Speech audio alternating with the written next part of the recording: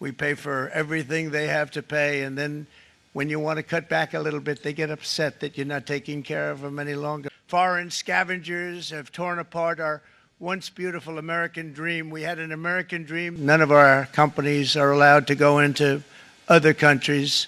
And I say that, friend and foe. And in many cases, the friend is worse than the foe in terms of trade. But such horrendous imbalances have devastated our industrial base and put our national security at risk. I don't blame these other countries at all for this calamity. I blame former presidents and past leaders who weren't doing their job. They let it happen. But it's not too late any longer, and we're going to start being smart, and we're going to start being very wealthy again. We're going to be wealthy as a country because they've taken so much of our wealth away from us. We're not going to let that happen. We truly can be very wealthy. We can be so much wealthier than any country. It's not even believable, but we're getting smart. Nearly a century later, in the face of unrelenting economic warfare, the United States can no longer continue with a policy of unilateral economic surrender. We cannot pay the deficits of Canada, Mexico, and so many other countries. We used to do it. We can't do it anymore. We take care of countries all over the world. We pay for their military.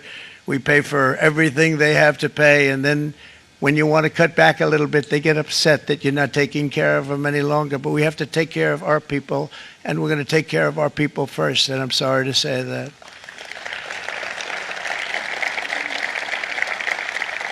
And today we're standing up for the American worker, and we are finally putting America first.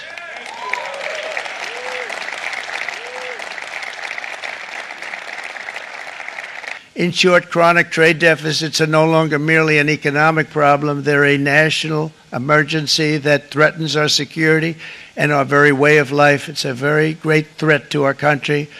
And for these reasons, starting tomorrow, the United States will implement reciprocal tariffs on other nations.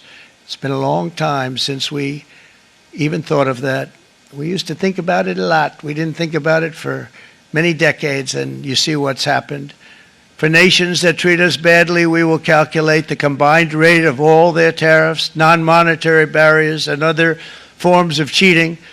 And because we are being very kind, we're kind people. Very kind. You're not so kind when you got ripped off with your salaries. My auto worker friends and my Teamster friends and all of the unions that typically voted Democrat, they're not voting Democrat anymore because worker, whether union or non-worker, they're for the Republicans now. That's what happened. But we will charge them approximately half of what they are and have been charging us. So the tariffs will be not a full reciprocal. I could have done that, yes, but it would have been tough for a lot of countries. We didn't want to do that. I'd like to see the chart if you have it. Could you bring it up, Howard? This is our great Secretary of Commerce, Howard Lutnick.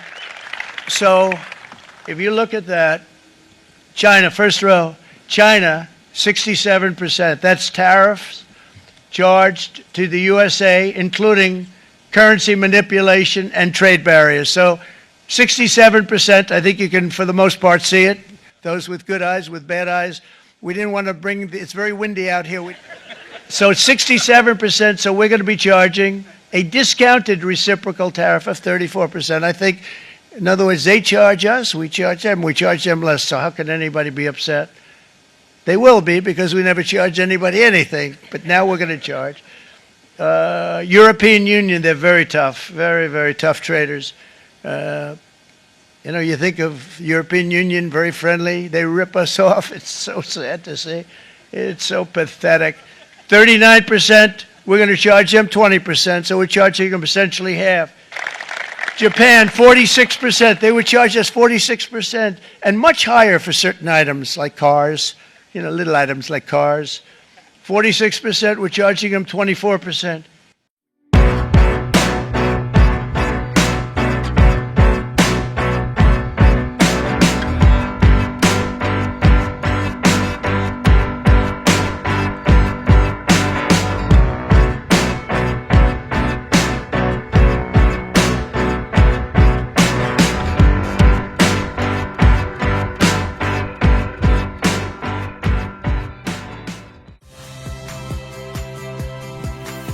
Saya Radhi Saputro. Saksikan program-program Kompas TV melalui siaran digital, pay TV dan media streaming lainnya. Kompas TV, independen, terpercaya.